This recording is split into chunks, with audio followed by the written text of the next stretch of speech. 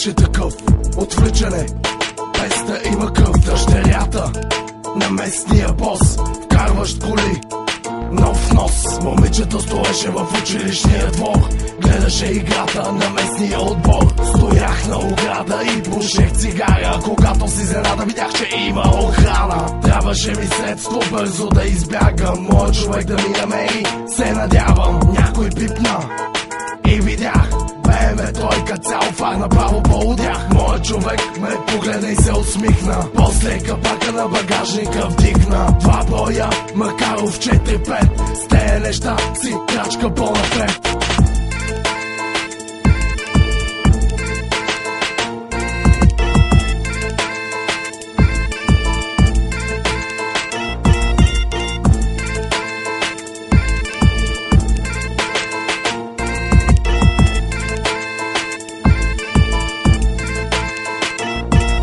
Не трябваше да сгафя тая сделка, план за бягство с бомба самоделка.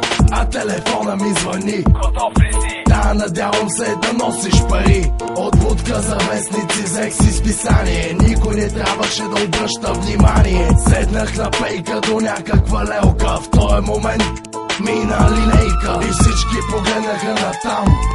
Дано тая линейка да не дойде по-късно насам. Дим от цигара ми изпълваше устата, погледнах улицата, после колата. Средата на юли супер жега беше, трябваше да действам, времето летеше. Мислех да атакувам направо, затова съм копеле кораво.